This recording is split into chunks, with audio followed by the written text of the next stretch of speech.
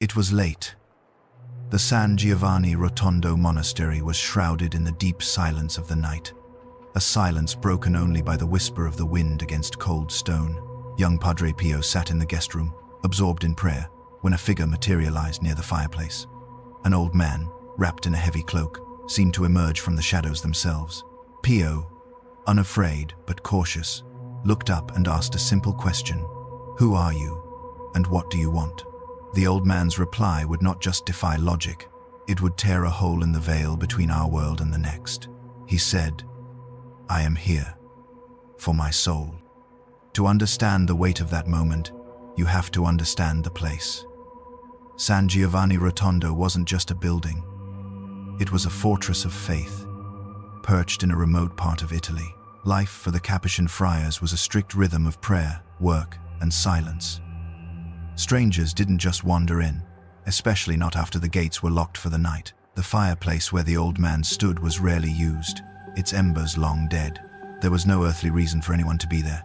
For Padre Pio, the supernatural was not a theory. It was a part of his daily existence. But even for him, this was different. This wasn't a demon tempting him or an angel comforting him. This was something else entirely. Something far more human. Padre Pio, maintaining his composure, pressed further. He assumed the man was a lost traveler seeking shelter. "Sit," he offered, "and warm yourself by the fire." The old man shook his head slowly. "There is no need. I am not cold." He then introduced himself. "I am Pietro di Mauro." The name meant nothing to Pio.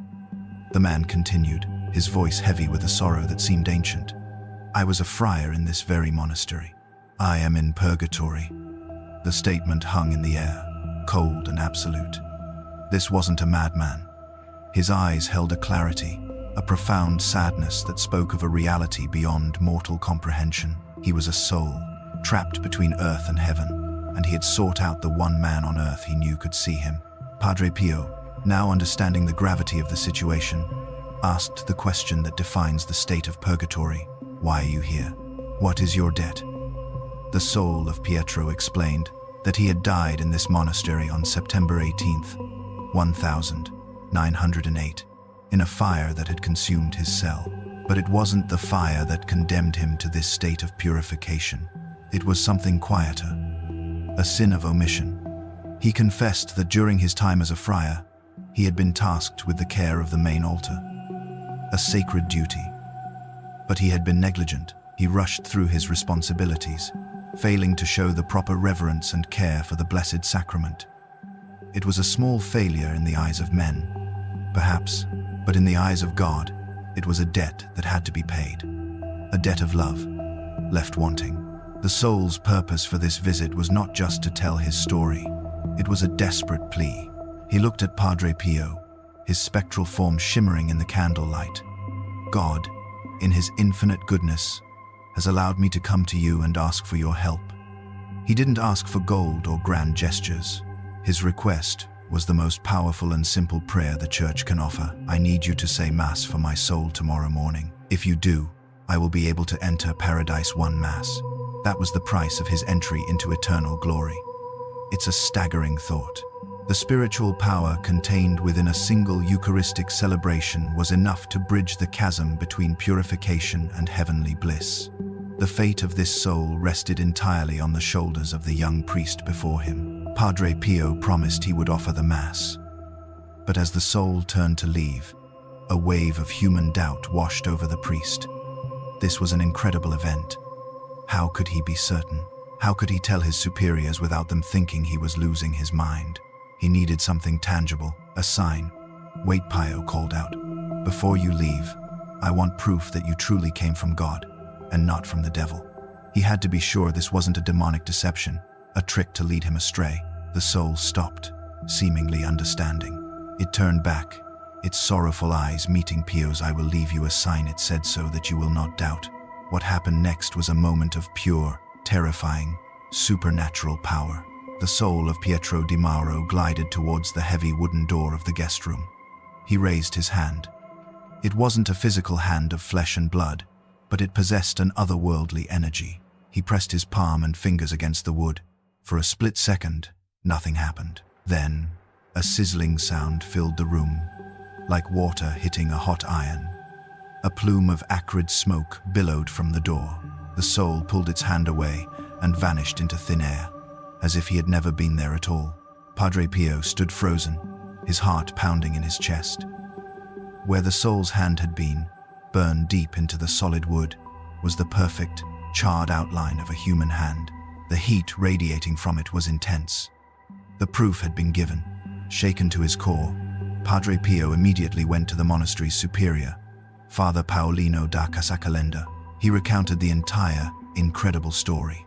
The appearance, the confession, the request, and the terrifying sign left on the door. Father Paolino, a wise and discerning man, listened intently.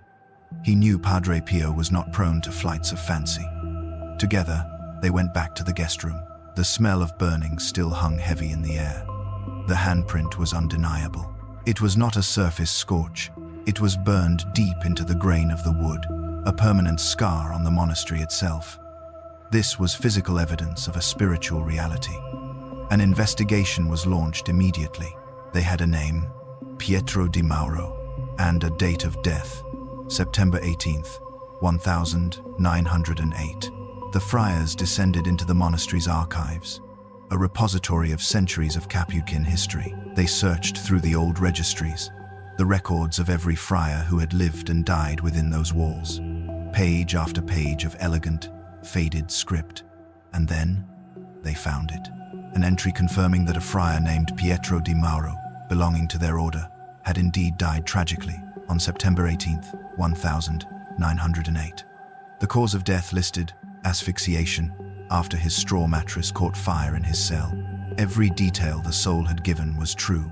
The man, the place, the time, it all matched perfectly. The oral testimony of a spirit was now corroborated by the written history of the monastery. The scorched handprint was no longer just a strange event. It was evidence of a miracle. The next morning, with the confirmation from the archives fresh in his mind, Padre Pio celebrated the Holy Mass with a new, profound sense of purpose. This was not just a routine liturgy, it was a rescue mission. He offered every prayer, every word, every sacred action for the repose of the soul of Pietro di Mauro. He was fulfilling his promise to the visitor from Purgatory. According to Padre Pio's own testimony, he felt a deep sense of peace and resolution upon completing the Mass. He knew, with the certainty of faith, that the soul of the negligent friar had finally been freed from its purification. The debt was paid. The gates of paradise were open. The scorched door remained as a permanent reminder of the power of prayer and the reality of the church suffering. For most people, an encounter like this would be a once-in-a-lifetime, faith-defining event. For Padre Pio, it was Tuesday. He would later reveal that he saw souls from purgatory as often as he saw the living. He once told a fellow priest that more souls of the dead than of the living climbed the mountain to attend his masses and seek his prayers. He saw them everywhere, in the church, in the corridors, in his cell. They came to him with their stories of regret, their pleas for prayer, their warnings for the living. He became a living bridge between the church militant on earth and the church suffering in purgatory. This wasn't a burden to him. He saw it as a sacred duty, a core part of his mission to save souls. So what does this terrifying, incredible story actually teach us? It's a raw, unfiltered look at the Catholic doctrine of purgatory. Purgatory is not a second chance. It's not a hell light. The souls there are saved. Their entry into heaven is guaranteed. But as the Bible says, nothing impure can enter the presence of God. Purgatory is the final purification, a cleansing fire of love that burns away the last attachments to sin and selfishness. The story of Pietro di Mauro shows that even small, seemingly insignificant negligences in our duties can have eternal consequences. But more importantly, it shows that we, the living, have a vital role to play. Our prayers, our sacrifices, and especially the Holy Mass, can shorten this period of purification for those who have gone before us. We are all connected in the communion of saints. That wooden door, with the scorched handprint of a soul, is still there today in San Giovanni Rotondo. Pilgrims from around the world come to see it, a tangible link to a world beyond our own. It stands as a stark reminder that our lives here have eternal weight. Our actions and our inactions matter. The story of Padre Pio and the soul of Pietro di Mauro isn't meant to just scare us. It's meant to awaken us, to remind us that the spiritual world is real, that our prayers are powerful, and that we have a family of souls waiting for our help. They can no longer pray for themselves, so they rely on us. What small act of prayer or sacrifice can you offer today for a soul in purgatory?